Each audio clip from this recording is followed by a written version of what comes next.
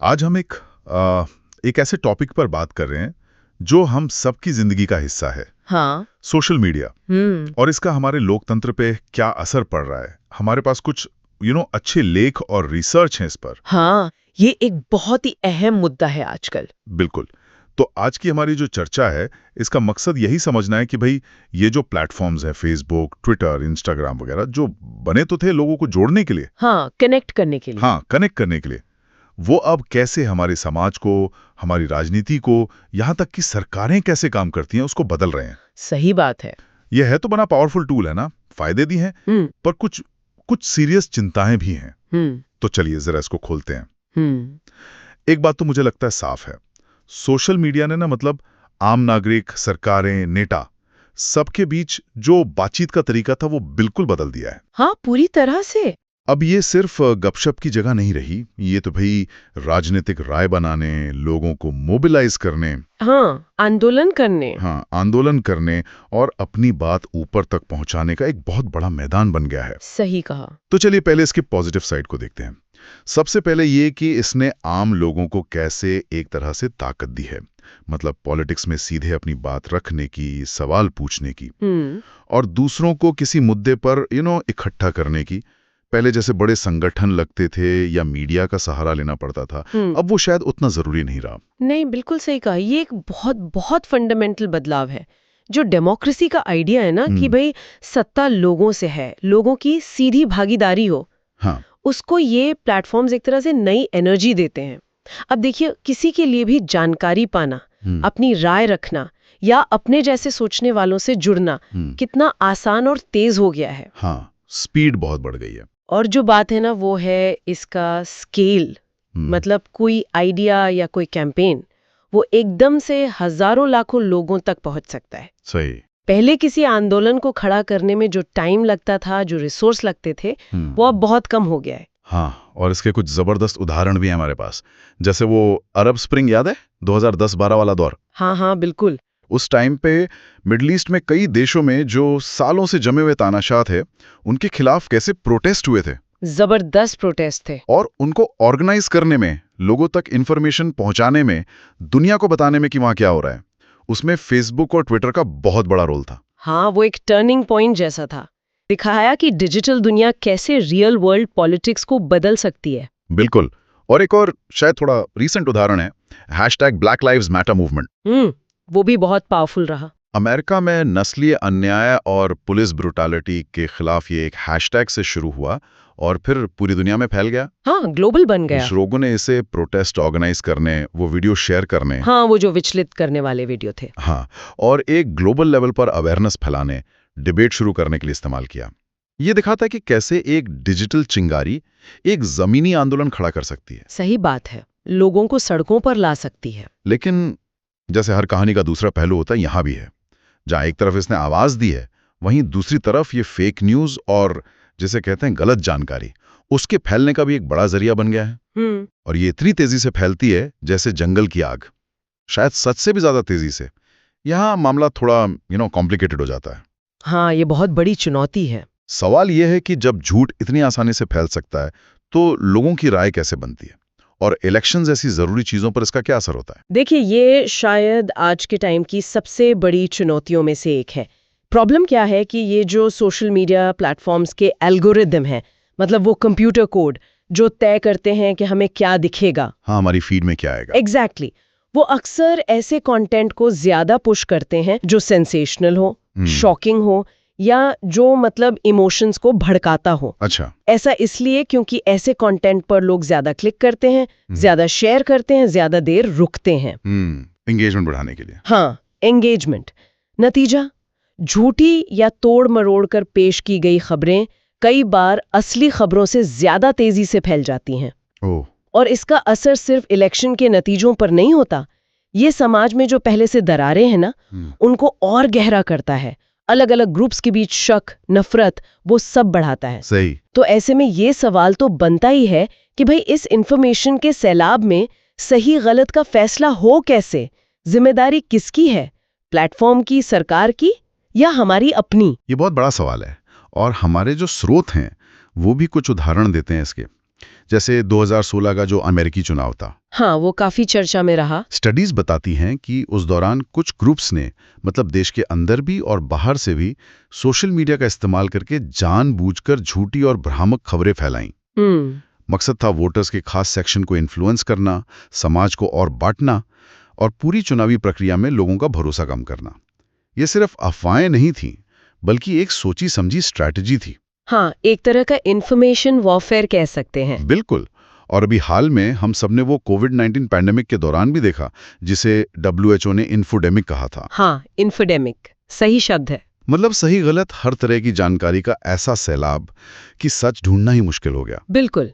Virus कहाँ से आया, इलाज क्या है, वैक्सीन का क्या असर है, साइड इफेक्ट क्या है, हाँ, हर चीज पर इतनी ज्यादा गलत और कंफ्यूजिंग जानकारी फैली सोशल मीडिया पर कि लोगों का भरोसा ही उठ गया, साइंटिफिक फैक्ट से, हेल्थ एक्सपर्ट से, सरकार से भी। हाँ, और इसका सीधा असर पड़ा पब्लिक हेल्थ पर। बिल्कुल। लोगों ने सलाह नहीं मानी, वैक्सीन लेने से हिचकिचाए, बहुत नुकसान हुआ। एक और सीरियस चुनौती जिसका जिक्र बार बार आता है वो है बढ़ता हुआ पोलराइजेशन, ध्रुवीकरण। हाँ, ये भी बहुत चिंता की बात है। ये जो सोशल मीडिया के एल्गोरिदम हैं, उनकी एक और टेंडेंसी है, वो हमें ज्यादातर वही दिखाते हैं जिससे हम पहले से सहमत होते हैं या जो हमारी सोच से मैच करता है। हाँ, जिसे इको चेम्बर या फिल्टर बबल कहते हैं। राइट, इको चेम्बर या फिल्टर बबल। ये ऐसा है जैसे आप एक कमरे में बंद है जहां सिर्फ आपकी ही आवाज गूंज रही है, या आप दुनिया को एक ऐसे चश्मे से देख रहे हैं जो सिर्फ एक ही रंग दिखाता है। बिल्कुल। और इसका नतीजा बहुत चिंताजनक है। जब लोग लगातार सिर्फ अपने जैसे विचारों से घिरे रहते हैं तो उनकी अपनी राय और ज्यादा पक्की और ज्यादा कट्टर होती जाती है। हाँ, लगता है हम ही सही हैं बस। एग्जैक्टली। उन्हें लगता है कि उनकी सोच ही सही है और जो दूसरी तरफ के लोग हैं या अलग विचार हैं उनको सुनने समझने की गुंजाइश ही खत्म हो जाती है। संवाद ही नहीं हो पाता। हाँ, संवाद बंद हो जाता है। समाज धीरे धीरे अलग अलग खेमों में बट जाता है। एक खेमे के लोग दूसरे को न सिर्फ गलत बल्कि कई बार दुश्मन समझने लगते हैं। ओह, ये तो खतरनाक है। बिल्कुल। अगर हम इसे बड़ी पिक्चर में देखें तो ये एक हेल्दी डेमोक्रेटिक डिबेट के लिए, सोशल हार्मनी के लिए बहुत बड़ा खतरा है। और इसी से जुड़ी एक और बात है, जो ट्रेडिशनल मीडिया था, अखबार, टीवी चैनल, जो कभी इंफॉर्मेशन का एक कॉमन सोर्स हुआ करते थे, हाँ, जहां अलग अलग व्यू पॉइंट मिल जाते थे, हाँ, उनकी भूमिका भी अब कमजोर पड़ रही है। लोग अपनी खबरें ज्यादातर सोशल मीडिया से ले रहे हैं, जो उन्हें उन्हीं के इको चेम्बर में और गहरे धकेलता जा रहा है। ये तो सच है। अच्छा, अब एक और बड़ा इंटरेस्टिंग बदलाव आया है, वो है नेताओं के बात करने के तरीके में। हाँ, कम्युनिकेशन स्टाइल बिल्कुल बदल गया है। अब चाहे प्राइम मिनिस्टर हो, प्रेसिडेंट हो या कोई भी बड़ा नेता, वो ट्विटर पर, फेसबुक पर सीधे आम जनता से बात कर सकता है।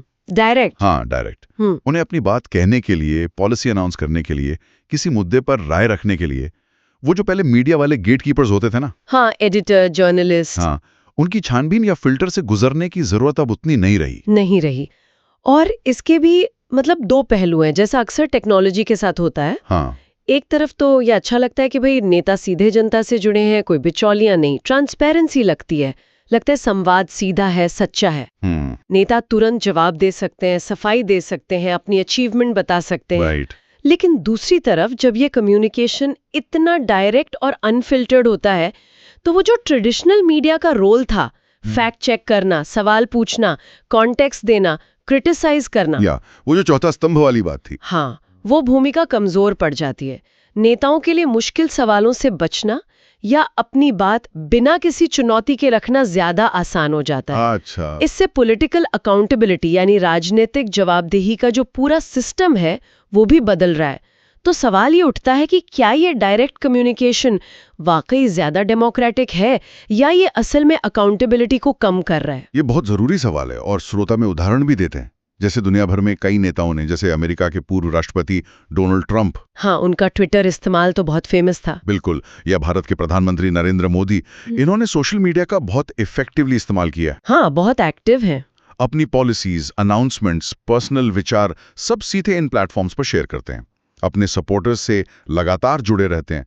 कई बार तो बड़े राजनीतिक ऐलान भी यहीं हो जाते हैं। तो ये दिखाता है कि पॉलिटिकल कम्युनिकेशन की पूरी स्ट्रैटेजी ही बदल गई है। अब ट्रेडिशनल मीडिया के साथ साथ या शायद उससे भी ज्यादा सोशल मीडिया पे पकड़ बनाना जरूरी हो गया है। सही। लेकिन वो सवाल फिर भी रहता है, क्या ये ट्रांसपेरेंसी बढ़ा रहा है या सिर्फ एक तरफा ब्रॉडकास्टिंग हो रही है? हाँ, ये सोचने वाली बात है। और आखिर में एक मुद्दा जो शायद सबसे ज्यादा चिंता पैदा करता है, वो है हमारे डेटा का इस्तेमाल, बल्कि मिसयूज कहूं तो। हाँ, डेटा प्राइवेसी का इशू बहुत बड़ा है ये। हम जब सोशल मीडिया यूज करते हैं तो हम जाने अनजाने अपनी कितनी सारी जानकारी इन कंपनियों को दे देते हैं। क्या पसंद है, क्या नहीं, कहाँ जाते हैं, किससे बात करते हैं, हमारी पॉलिटिकल सोच क्या है, हमारी आदतें, हमारे डर, सब कुछ। हाँ, सब कुछ। ये कंपनियां ये सारा डेटा इकट्ठा करती हैं। सवाल ये है कि इस डेटा का होता क्या है? और यहीं पर मामला सीरियस हो जाता है।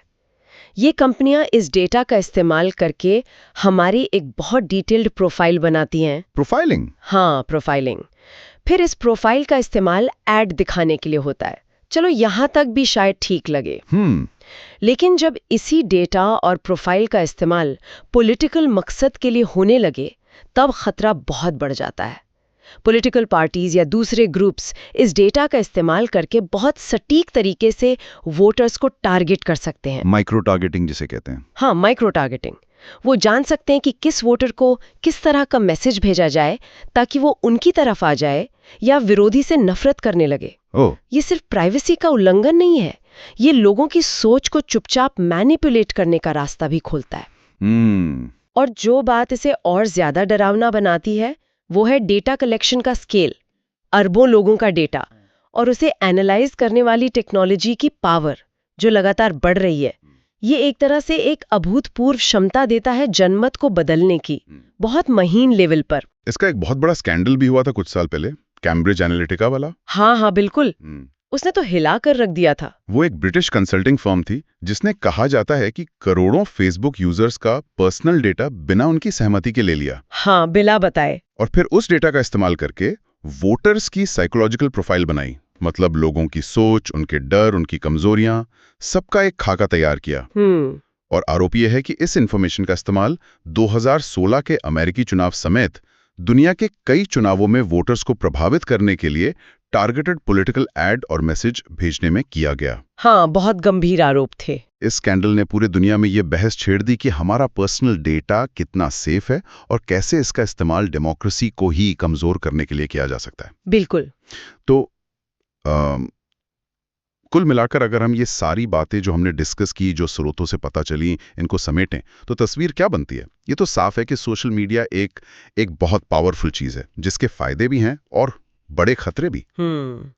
दो-धारी तलवार है, बिल्कुल। अगर पॉजिटिव साइड देखें तो हाँ, इसने पॉलिटिकल पार्टिसिपेशन के दरवाजे खोले, खासकर उनके लिए जिनकी आवाज पहले सुनी नहीं जाती थी। हाँ, मार्जिनलाइज्ड ग्रुप्स के लिए। हाँ, लोग अब ज्यादा आसानी से ऑर्गेनाइज हो सकते हैं, अपनी बात रख सकते हैं, इन्फॉर्मेशन तेजी से फैलती है।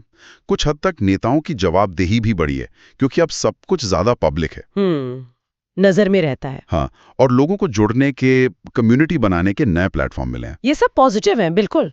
लेकिन सिक्के का दूसरा पहलू भी उतना ही भारी है। फेक न्यूज, हेट स्पीच, ये सब तेजी से फैलता है।